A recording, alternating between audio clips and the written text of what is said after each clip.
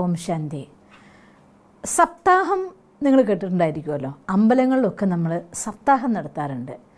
ബ്രഹ്മകുമാരീസ് ഈശ്വര വിശ്വവിദ്യാലയത്തിൻ്റെ basic course 7 ദിവസത്തിലെ ക്ലാസ്സിന് ശേഷമാണ് നമുക്ക് സെൻറ്ററിൽ സത്സംഗം കേൾക്കാനുള്ളതായിരിക്കുന്ന അനുമതി നമുക്ക് കിട്ടുക.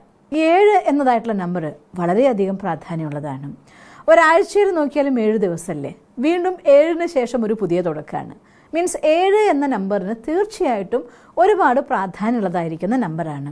അപ്പം അതുകൊണ്ട് തന്നെ 7 ദിവസം പെർഫെക്റ്റായിട്ട് നിങ്ങളൊരു കാര്യം നിങ്ങൾക്ക് ചെയ്യാൻ സാധിച്ചാൽ ഒരു വലിയ അളവിൽ ആ ഡ്രീമിനെ നിങ്ങളിലേക്ക് ആകർഷിക്കാൻ നിങ്ങൾക്ക് സാധിക്കുന്നതേ ഉള്ളൂ.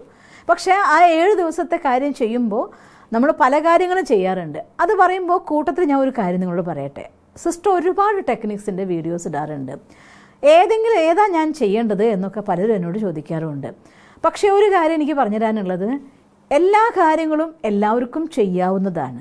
പക്ഷേ നിങ്ങളൊരു കാര്യം ചെയ്യുമ്പോൾ, ഒരു ടെക്നിക്ക് ചെയ്യുമ്പോൾ, ഇനിയിപ്പോൾ ചിലർക്ക് സ്ക്രിപ്റ്റിംഗ് മെത്തേഡായിരിക്കാം, ചിലർക്ക് 369 ആയിരിക്കാം, ചിലർക്ക് 50/5 ചെയ്യുമ്പോഴായിരിക്കാം.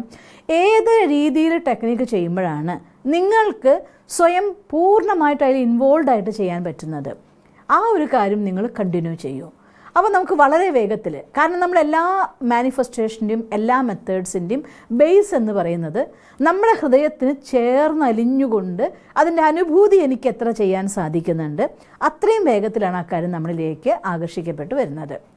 അതുകൊണ്ട് ഏത് മെത്തേഡാണ് ഞാൻ ചെയ്യേണ്ടത് എന്നോട് ചോദിക്കേണ്ട കാര്യമില്ല. ഞാൻ ഇത് പറയാൻ കാരണം ഒരുപാട് മെസ്സേജസിൽ, വോയിസ് മെസ്സേജിൽ ചോദിക്കുമല്ലോ, ഞങ്ങളിങ്ങനെ ഒരു കാര്യമുണ്ട്, ഇങ്ങനെ ഒരു പ്രശ്നമുണ്ട്, എന്താ സൊല്യൂഷൻ എന്ന് എൻ്റെ അടുത്ത് ചോദിക്കുന്ന സമയത്ത് പലരും ഈ ഒരു കാര്യത്തിന് വേണ്ടി മാത്രം ചോദിക്കും, അത് ഞാൻ ഇങ്ങനെ ചെയ്തോളൂ എന്ന് പറയുമ്പോൾ ഏത് ടെക്നിക്ക് ഞാൻ ചെയ്യണമെന്ന്. അപ്പോൾ അങ്ങനെ നിങ്ങൾക്കൊരു സംശയം വരണ്ടെന്ന് കരുതിക്കൊണ്ട് ഞാൻ പറയുകയാണ്, എല്ലാ മെത്തേഡിനും അതിൻ്റെ പൂർണ്ണമായിരിക്കുന്ന ശക്തിയുണ്ട്. 2 കാര്യങ്ങളുണ്ടെങ്കിലാണ് ചെയ്യുന്ന എല്ലാ കാര്യത്തിലും നമുക്ക് ശക്തി കിട്ടുക. ഒന്നാമത് വിശ്വാസം, മറ്റൊന്ന് സമർപ്പണം. വിശ്വാസത്തിൻ്റെയും സമർപ്പണത്തിൻ്റെയും സപ്പോർട്ട് ഉണ്ടെങ്കിൽ ചെയ്യുന്ന ഏതൊരു ടെക്നിക്കിനും അതിൻ്റെ റിസൾട്ട് കിട്ടുള്ളൂ.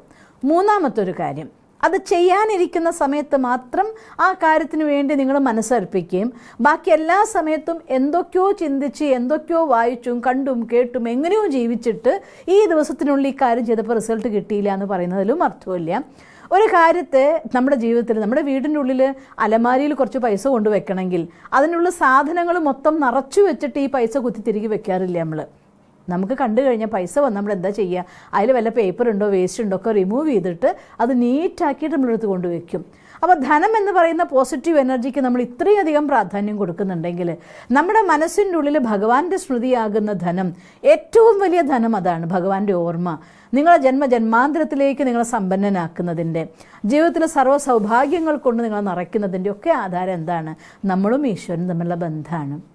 അപ്പോൾ ആ ബന്ധത്തിൽ നമ്മുടെ മനസ്സിനെ സദാ ഈ കലിയുഗത്തിൻ്റെ അവസാനം, ഞാൻ എടുത്തു പറയട്ടെ, കലിയുഗത്തിൻ്റെ അവസാനമായിരിക്കുന്ന ഈ സംഗമയുഗം എന്ന് പറയും. കലിയുഗത്തിൻ്റെ അവസാനവും സത്യയുഗത്തിൻ്റെ ആരംഭവുമായിരിക്കുന്ന ഈ സമയത്തെ സംഗമം എന്നാണ് പറയുക. ഇത് ഈശ്വരനുമായി നിങ്ങൾക്ക് നേരിട്ടുള്ള കോണ്ടാക്റ്റിൽ ജീവിക്കാൻ പറ്റുന്ന സമയം, ആ ദിവ്യ മുഹൂർത്തമാണിത്. അപ്പോൾ ആ ഒരു നിമിഷത്തിൽ ഈശ്വരനുമായിട്ടുള്ള ബന്ധം നിങ്ങൾക്ക് സദാ അനുഭവിക്കാൻ സാധിക്കുമെങ്കിൽ, അഥവാ ഭഗവാന്റെ ഓർമ്മയിൽ ഏത് രീതിയിലാണെങ്കിലും ഈശ്വരനെ എങ്ങനെ വേണമെങ്കിൽ നമുക്ക് അനുഭവിക്കാം. അതിനെക്കുറിച്ചൊരു വീഡിയോ ഞാൻ നിങ്ങൾക്ക് വേറെ ചെയ്തു തരുന്നുണ്ട്. അങ്ങനെ രീതിയിൽ ഭഗവാനെ കൂട്ടാക്കിക്കൊണ്ട് മനസ്സ് സന്തോഷത്തിൽ ജീവിക്കാമെങ്കിൽ 7 ദിവസവും വേണ്ടി വരില്ല. ചിലർക്ക് ഓവർനൈറ്റ് പോലും എല്ലാ അനുഗ്രഹങ്ങളും നേടുന്ന ആളുകളെ അനുഭവം ഞാൻ കേൾക്കാറുണ്ട്. അപ്പോൾ അതുകൊണ്ട് ഇതൊക്കെ ഒന്ന് ശ്രദ്ധിക്കണം നമ്മൾ ചെയ്യുമ്പോൾ. ഇനി ഇന്നത്തെ ഒരു മെത്തേഡ് ഞാൻ പറഞ്ഞുതരാൻ പോകുന്നത്, നിങ്ങൾക്ക് എഴുതുക എന്നുള്ളതായിട്ടുള്ള രീതി നിങ്ങൾക്ക് ഈസി ആയിട്ടുള്ള ആളുകളാണെങ്കിൽ അവർക്ക് വേണ്ടിക്കൊണ്ടാണ് ഈ ഒരു ടെക്നിക്ക്. ആർക്കും ചെയ്യാം, പക്ഷേ നിങ്ങൾക്ക് എഴുതിക്കൊണ്ട് നിങ്ങൾക്ക് ആകർഷിക്കാൻ സാധിക്കുമെങ്കിൽ അത് വളരെ ഈസി ആയിട്ട് ചെയ്യാൻ പറ്റുന്നൊരു കാര്യമാണ്. അതുകൊണ്ട് ആ ഒരു ടെക്നിക്കിന് വേണ്ടി അവശ്യം എന്താണെന്ന് വെച്ചാൽ, ഈ 7 ദിവസത്തേക്ക് വേണ്ടി എഴുതിയ ഏതെങ്കിലും ഒരു ബുക്കിൽ ചെയ്യരുത്. ഒരു 7 പേജ് ഡിഫറൻ്റ് ആയിട്ട് എടുക്കുക. ആ 7 പേജിന് സ്റ്റാപ്ലർ അടിച്ചിട്ടോ അല്ലെങ്കിൽ ഇങ്ങനെ മടക്കി ഭംഗിയാക്കി ഒട്ടിച്ചിട്ടോ നിങ്ങൾക്ക് ഇഷ്ടം പോലെ 7 പേജാവാം അല്ലെങ്കിൽ 14 പേജാവാം.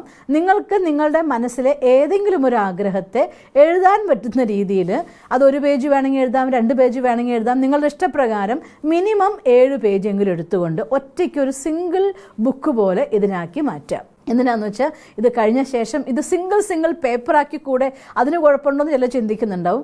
ആ പേപ്പർ ആക്കുന്നതുകൊണ്ട് കുഴപ്പമില്ല, അവസാനം അത് ഒട്ടിക്കുന്നേക്കാൾ എത്രയോ നല്ലതാണ്. ഒരു കാര്യത്തിന് വേണ്ടി ഒരു ചെറിയ 7 പേജുള്ള ഒരു ബുക്ക് ഞാൻ എടുത്തു എന്ന് സങ്കല്പിച്ചുകൊണ്ട് 7 പേപ്പർ എടുത്ത് അതിനെ സ്റ്റാപ്പർ ചെയ്തൊരു ബുക്ക് പോലെയാക്കി മാറ്റുക.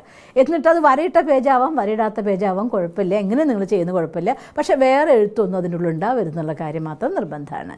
അത് കഴിഞ്ഞ ശേഷം നിങ്ങൾ ബ്രഹ്മമുഹൂർത്ത മെഡിറ്റേഷനിൽ ഭഗവാനെ ശക്തി ആവാഹിക്കുക. നിങ്ങൾ ഈശ്വരൻ്റെ സത്സംഗം കേൾക്കുക, അല്ലെങ്കിൽ പോസിറ്റീവായിരിക്കുന്ന ഏതെങ്കിലും കാര്യങ്ങൾ വായിച്ചിട്ടാണെങ്കിലും നിങ്ങൾ ഏത് രീതിയിലാണെങ്കിലും നിങ്ങൾ ഒരു ദിവസത്തെ മുഴുവൻ പോസിറ്റീവായിട്ട് മെയിൻറ്റെയിൻ ചെയ്യുക. അത് കഴിഞ്ഞ ശേഷം രാത്രി മനസ്സിൽ അന്നത്തെ ദിവസം എന്തെങ്കിലുമൊക്കെ ഒരു കാര്യങ്ങൾ ഉണ്ടായിട്ടുണ്ട്, എന്തെങ്കിലും ചർച്ച വേണ്ടി വന്നു, അല്ലെങ്കിൽ ഒരു വിഷമം വേണ്ടി വന്നു, എന്ത് കാര്യമാണെങ്കിലും ഈശ്വരൻ ഒരു കത്ത് എഴുതിയിട്ട് നിങ്ങളുടെ മനസ്സിലെ സന്തോഷങ്ങളും സങ്കടങ്ങളും ഈശ്വരനുമായി പങ്കുവെച്ച് മനസ്സിനെ ക്ലിയർ ആക്കുക. മെഡിറ്റേഷനിലൂടെ ഞാനും എൻ്റെ ഈശ്വരനും എന്നുള്ളതായിട്ടുള്ള ആ അനുഭൂതിയിലെത്തുക. അത് കഴിഞ്ഞ ശേഷം നിങ്ങൾ ആ പേപ്പർ എടുത്തിട്ട് ആ പേപ്പറിൽ വിശദമായിക്കൊണ്ട് നിങ്ങളുടെ ഡ്രീം എന്താണോ വേണ്ടത് ആ ഡ്രീമിനെ ചുവന്ന മഷി പെന്നുകൊണ്ട്, അത് പ്രത്യേകം പറയുകയാണ്, ചുവന്ന എഴുത്തിന് മഷി ഉണ്ടല്ലോ, മഷിയുടെ കളറ് ചുവന്ന നിറമായിരിക്കണം, നീലയോ പച്ചയോ കറുപ്പോ വേറൊരു കളറും ആവരുത്. ചുവന്ന മഷി പെന്നുകൊണ്ടാണ് ഇത് എഴുതേണ്ടത്. ഇത് എഴുതുന്ന സമയത്ത് മനസ്സിരുത്തി ഞാൻ ഭഗവാന്റെ മുന്നിൽ ഇരിക്കുകയാണ്, സങ്കല്പിക്കുക ഈശ്വരൻ എൻ്റെ മുന്നിൽ, ഈശ്വരൻ്റെ മുന്നിലാണ് ഞാൻ ഇരിക്കുന്നത്, ഈശ്വരനോട് സംസാരിക്കുന്ന കാര്യങ്ങളെ മധുരമായൊരു കത്തായിട്ട് എഴുതുക എന്നൊരു സങ്കല്പത്തിലൂടെ എൻ്റെ ഈശ്വരൻ്റെ മുന്നിൽ ഞാൻ എൻ്റെ ആപ്ലിക്കേഷൻ കൊടുക്കുകയാണെന്നുള്ള റിക്വസ്റ്റ് കൊടുക്കുകയാണ്. മനസ്സിൽ നിങ്ങൾക്ക് ചേരുന്ന വാക്ക് എന്താണോ അത് പറഞ്ഞോളൂ, കുഴപ്പമില്ല.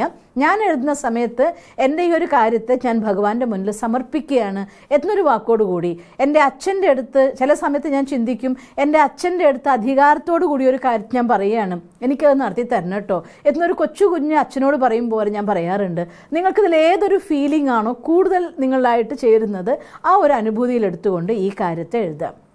നിങ്ങൾക്ക് എമർജൻസി ആയിട്ട് എന്തെങ്കിലും കാര്യം വേണ്ടതാണെങ്കിൽ, ധനം വേണമെങ്കിൽ അങ്ങനെ, അല്ലെങ്കിൽ നിങ്ങളുടെ ജീവിതത്തിൽ ഏതെങ്കിലും ഒരു പ്രശ്നം നടന്നുകൊണ്ടിരിക്കുകയാണ്, അതിനൊരു സൊല്യൂഷൻ വേണമെങ്കിൽ ആ സൊല്യൂഷൻ, അതല്ല നിങ്ങൾക്ക് വല്ലാതെ ആരോഗ്യപരമായിട്ടുള്ള പ്രശ്നങ്ങൾ കൊണ്ട് കഷ്ടപ്പെടുകയാണെങ്കിൽ അത്, ഏതാണോ ഏറ്റവും പ്രാധാന്യമുള്ളത് ആ സമയം നിങ്ങൾക്ക് ഇതിപ്പോൾ നടത്തി കിട്ടേ പറ്റൂ എന്നുള്ളതായിട്ടുള്ള കാര്യം എന്താണോ ആ കാര്യത്തിന് നടത്തി കിട്ടി എന്നുള്ള രീതിയിൽ, അതിപ്പോൾ എൻ്റെ കയ്യിൽ ഒരു 100 രൂപ കൊണ്ടുവരുമ്പോൾ 100 രൂപ കിട്ടി താങ്ക് യു കേട്ടോ എന്ന് പറയുമല്ലോ, ആ ഒരു ഫീലിൽ നടന്ന് കിട്ടിയെന്നതായിട്ടുള്ളൊരു ഫീലിൽ വേണം നിങ്ങൾ ആ കാര്യത്തിന് ചുവന്ന മഷി കൊണ്ട് എഴുതാനായിട്ട്. അത് എഴുതി കഴിഞ്ഞ ശേഷം അതിൻ്റെ താഴെ എഴുതുക താങ്ക് യു ഗോഡ്. ഞാനാണെങ്കിൽ എഴുതുക താങ്ക് യു ശിവബാബ എന്ന് എഴുതും, പരമാത്മാവിൻ്റെ അടുത്ത് ഈശ്വരൻ്റെ അടുത്ത് താങ്ക് യു ഓൾമൈറ്റി എന്ന് എഴുതിക്കോളൂ, താങ്ക് യു ഗോഡ് എന്ന് എഴുതിക്കോളൂ, അതല്ലെങ്കിൽ സർവശക്തനായ ഭഗവാനെ നിനക്ക് നന്ദി എന്ന് എഴുതിക്കോളൂ. അങ്ങനെ താങ്ക് യു 3 പ്രാവശ്യം എഴുതി കഴിഞ്ഞ ശേഷം ഈ ഒരു കാര്യം എനിക്ക് തന്നതിന് താങ്ക് യു, ഞാനിത് റിസീവ് ചെയ്യാൻ റെഡി ആയിരിക്കുകയാണ്. ഇതുകൊണ്ടുള്ള എല്ലാ നല്ല കാര്യങ്ങളും, എല്ലാ കാര്യവും ഏതൊരു കാര്യം നിങ്ങൾ മാനിഫെസ്റ്റ് ചെയ്യുമ്പോഴും നല്ലൊരു കാര്യത്തിന് വേണ്ടിയല്ല നിങ്ങൾ ചെയ്യുന്നതെങ്കിൽ പലപ്പോഴും ആ കാര്യം നിങ്ങളുടെ അടുത്തേക്ക് വരാൻ വൈകിയേക്കും. കാരണം നല്ല കാര്യങ്ങൾ തരും പോലെ ഭഗവാൻ മറ്റത് തന്നോളന്നില്ല. ഇനി മറ്റൊരു കാര്യം നെഗറ്റീവായിട്ടുള്ള കാര്യം പെട്ടെന്ന് നടത്തി കിട്ടാൻ നിങ്ങൾ ആഗ്രഹിച്ചുവെങ്കിൽ മനസ്സിലാക്കുക അത് നിങ്ങളുടെ അധോഗതിയുടെ ആരംഭം അവിടെ നിന്നായിരിക്കും. അതിനൊരു മാനിഫെസ്റ്റേഷൻ മെത്തേഡും നെഗറ്റീവായ കാര്യങ്ങൾക്ക് വേണ്ടി ഉപയോഗിക്കരുത്. അത് കഴിഞ്ഞ ശേഷം അതിൻ്റെ താഴെ താങ്ക് യു എന്ന് എഴുതുക. ഈശ്വരനടുത്ത് നന്ദി പറയുക, ഞാൻ റെഡിയാണ്, നീ എൻ്റെ ഈ കാര്യമൊക്കെ നടത്തി തന്നതിന് താങ്ക് യു. നിങ്ങളിപ്പോൾ വിചാരിക്കുകയാണ് എനിക്കിപ്പോൾ ഒരു എമർജൻസി ആയിട്ട് ഒരു 20,000 രൂപ നാളത്തേക്ക് വേണം, ഭഗവാനെ 20,000 രൂപ എനിക്ക് നീ തന്നല്ലോ, ഒരുപാട് നന്ദിയുണ്ട് ഭഗവാനെ, നിൻ്റെ ഏറ്റവും അനുഗ്രഹീതനായ കുട്ടിയാണ് ഞാൻ, അതുകൊണ്ട് നീ എന്നെ എത്രമാത്രം സ്നേഹിക്കുന്നു, താങ്ക് യു, നീ അനുഗ്രഹങ്ങൾ കൊണ്ട് എന്നിൽ വർഷിച്ചല്ലോ, താങ്ക് യു, നിൻ്റെ ആശീർവാദം എപ്പോഴും എൻ്റെ കൂടെ ഉണ്ടല്ലോ, താങ്ക് യു, ഞാൻ എല്ലാ സമയത്തും നല്ല കർമ്മങ്ങൾ ചെയ്തുകൊണ്ട് ഞാൻ എന്നെ ആശീർവദിക്കും ഭഗവാനെ, താങ്ക് യു. അങ്ങനെ ഈ പറഞ്ഞതായിട്ടുള്ള 4 വാചകങ്ങൾ, ഒന്ന് തന്നതിന് താങ്ക് യു, ഞാൻ അനുഗ്രഹീതനായിട്ടുള്ള കുട്ടിയാണ്, ഭഗവാൻ എനിക്ക് എല്ലാവിധ സ്നേഹം തരുന്ന കുട്ടിയാണ്, ഈ രീതിയിൽ മാക്സിമം പോസിറ്റീവായിരിക്കുന്ന രീതിയിൽ 4 വാചകങ്ങളെങ്കിലും തന്നതിന് നന്ദി പറയുക, ഞാൻ നല്ല കാര്യത്തിന് ഉപയോഗിക്കുന്നതിന് പറയുക, നിൻ്റെ ആശീർവാദം എൻ്റെ കൂടെ ഉണ്ട് അതിന് താങ്ക് യു പറയുക, അനുഗ്രഹ വർഷങ്ങൾ തന്നതിന് നന്ദി പറയുക. അങ്ങനെ നന്ദി പറയുമ്പോൾ നിങ്ങൾ ആത്മാർത്ഥമായിട്ടാണ് പറയുന്നതെങ്കിൽ, എൻ്റെ അനുഭവമാണ് 40 വർഷമായിട്ട് ഈശ്വരൻ്റെ കൂടെ ജീവിക്കാൻ തുടങ്ങിയിട്ട് ഇപ്പോഴും രാത്രിയിൽ ഞാൻ ഭഗവാനോട് നന്ദി പറഞ്ഞ് ഉറങ്ങാൻ നേരത്തെ എൻ്റെ കണ്ണ് നിറഞ്ഞു പോകാറുണ്ട്. എന്തെല്ലാം അനുഗ്രഹങ്ങളാണല്ലേ ഭഗവാൻ തരുന്നത്. ആഹാരം കഴിക്കുമ്പോൾ ചിലപ്പോൾ 2, 3, 4 വെറൈറ്റി കറിയൊക്കെ ആയിട്ട്, ഒരു കറി, ഒരു ഉപ്പേരി, ഒരു അച്ചാർ, എന്തെല്ലാം സാധനങ്ങളാണ്. ഞാൻ പറയും, ഭഗവാനെ ഇത്രയും വെറൈറ്റി വ്യഞ്ജനോട് കൂടിയിട്ട് രാജാവിനെ പോലെ നീ എന്നെ നോക്കുന്നല്ലോ. അത് പറഞ്ഞിട്ട് ഞാൻ താങ്ക്സ് പറയുമ്പോൾ എൻ്റെ കണ്ണ് നിറഞ്ഞു പോകാറുണ്ട്. ഈ ഗ്രാറ്റിറ്റ്യൂഡ് എന്ന് പറയുന്നൊരു സാധനം ഉണ്ടല്ലോ, ഹൃദയം നിറയ്ക്കുന്ന സാധനമാണ്. ഒരു മെഡിറ്റേഷന് നല്ല അനുഭൂതി കഴിഞ്ഞ ശേഷം എനിക്ക് ഇത്രയും നല്ല ആനന്ദം തന്നല്ലോ ഭഗവാനെ, താങ്ക് യു എന്ന് പറയുമ്പോൾ എൻ്റെ കണ്ണ് നിറഞ്ഞു ഒഴുകാറുണ്ട്. മെഡിറ്റേഷനിൽ ആനന്ദത്തിൻ്റെ ലഹരിയിലാവുമ്പോൾ അറിയാണ്ട് കണ്ണ് നിറഞ്ഞു പോകാറുണ്ട്. ഇതൊക്കെ ഹൃദയം നിറയുന്നതിൻ്റെ, പോസിറ്റീവ് എനർജി നമ്മൾ നിറയുന്നതിൻ്റെ പ്രൂഫാണ് ഈ കാണുന്നത്. എന്തുകൊണ്ട് കണ്ണ് നിറയുന്നത് ചിന്തിക്കേണ്ട. ഞാൻ ഓർക്കും ഭഗവാന്റെ ഒരു മഹാവാക്യത്തിൽ പറഞ്ഞത്, നിങ്ങളുടെ കണ്ണുകൾ സ്നേഹം കൊണ്ട് നിറഞ്ഞ് മുത്തായിട്ട് താഴെ വീഴുന്ന കണ്ണുനീരിനെ ബാബ പറഞ്ഞ വാക്ക് മുത്തെന്നാണ്. ആ മുത്തിനെ ഞാൻ കോർത്ത് മാലയായി എൻ്റെ കഴുത്തിൽ അണിയുമെന്ന്. അതുകൊണ്ട് ഭഗവാനോടുള്ള നന്ദി കൊണ്ട്, സ്നേഹം കൊണ്ട് കണ്ണ് നിറയുന്നുവെങ്കിൽ ആ മുത്തെല്ലാം കോർത്ത് ഭഗവാന്റെ കഴുത്തിലെ മാലയാവും. അതുകൊണ്ട് അങ്ങനെ നന്ദി പറഞ്ഞ് ഹൃദയം മുഴുവൻ ആ സ്നേഹത്തിൽ, ആനന്ദത്തിൽ അലിഞ്ഞിട്ട് അങ്ങനെ കിടന്നുറങ്ങിക്കോളൂ. രാവിലെ എഴുന്നേറ്റ് വീണ്ടും ആ പേപ്പർ എടുത്ത് എഴുതി ഇതൊന്ന് വായിക്കുക. ഒരിക്കൽ കൂടെ ഹൃദയം നിറച്ച് നന്ദി പറയുക, ആ ഡേ സ്റ്റാർട്ട് ചെയ്യുക. ഇങ്ങനെ നിങ്ങൾ കണ്ടിന്യൂ ആയിട്ട് 7 ദിവസം ചെയ്ത് കഴിയുമ്പോഴേക്കും നിങ്ങൾ നോക്കിക്കോളൂ, നിങ്ങളുടെ രാത്രി ഉറക്കം എന്ന് പറയുന്നത് കിടന്നതറിയാതെ ഉണരുന്നൊരവസ്ഥയായിരിക്കും. ഒരു കുറച്ച് സമയം 4 മണിക്കൂർ ഉറങ്ങിയാൽ പോലും ഫ്രഷായിട്ട് ഉണരാൻ നിങ്ങൾക്ക് സാധിക്കും. നിങ്ങൾ പിറ്റേ ദിവസം തുടങ്ങുമ്പോൾ ജീവിതത്തിൽ എല്ലാം നേടിയെടുത്ത പോലെ ആനന്ദ അനുഭവമാവും. തൊടുന്നതൊക്കെ പൊന്നായി തീരുന്ന പോലെ നിങ്ങൾക്ക് തോന്നിപ്പോവും. എന്തൊരു പ്രശ്നം ഉണ്ടായിരുന്നെങ്കിൽ ഇന്നലെ വലിയ പ്രശ്നം കഴിഞ്ഞിട്ട് ഒരാൾ വന്നിരിക്കുകയായിരിക്കാം, എന്നാലും നിങ്ങൾക്കൊരു കുഴപ്പമില്ല, ഹാപ്പി ആയിട്ട് സ്റ്റാർട്ടിങ് ചെയ്യാൻ പറ്റും. വളരെ വേഗത്തിൽ നിങ്ങളുടെ പ്രശ്നങ്ങൾക്കൊക്കെ സൊല്യൂഷൻ നിങ്ങളടുത്ത് വരാൻ തുടങ്ങും. അതുകൊണ്ട് ചുവന്ന മഷി പെന്നുകൊണ്ട് എഴുതണം. ഓർമ്മിക്കുക, ചുവന്ന മഷി പെന്നുകൊണ്ട് എഴുതണം. കുളിച്ച് ശുദ്ധമായിരുന്ന് ഭഗവാന് കത്തെഴുതി മനസ്സിനെ, ആദ്യത്തെ സ്റ്റെപ്പ് ഭഗവാന് കത്തെഴുതി മനസ്സിനെ കാലിയാക്കുക. പിന്നെ കുറച്ച് സമയം മെഡിറ്റേഷൻ ചെയ്തിട്ട് 2ാമത്തെ സ്റ്റെപ്പ് മെഡിറ്റേഷൻ ചെയ്ത് ഭഗവാനും ഞാൻ എന്നുള്ളതായിട്ടുള്ള ആനന്ദത്തിൻ്റെ അവസ്ഥയിൽ എഴുതുക. 3ാമത്തെ സ്റ്റെപ്പാണ് പേപ്പർ എടുത്താൽ നിങ്ങളുടെ വിഷയം എഴുതേണ്ടത്. 4ാമത്തെ സ്റ്റെപ്പ് അതിൻ്റെ ഭാഗമായിട്ട് ഭഗവാനോട് താങ്ക് യു പറയുക. ആ സന്തോഷത്തിൻ്റെ സ്മൃതിയിൽ, ആനന്ദത്തിൻ്റെ ലഹരിയിൽ ഈശ്വരൻ്റെ മടിത്തട്ടിൽ ഉറങ്ങുക. ഇങ്ങനെ ചെയ്തു നോക്ക്. 7 ദിവസങ്ങൾ കൊണ്ട് നിങ്ങൾ എത്ര വലിയ പ്രശ്നം അനുഭവിക്കുകയാണെങ്കിലും അതിനൊരു ചെറിയ സൊല്യൂഷനെങ്കിലും സ്റ്റാർട്ടായിട്ടുണ്ടാവും.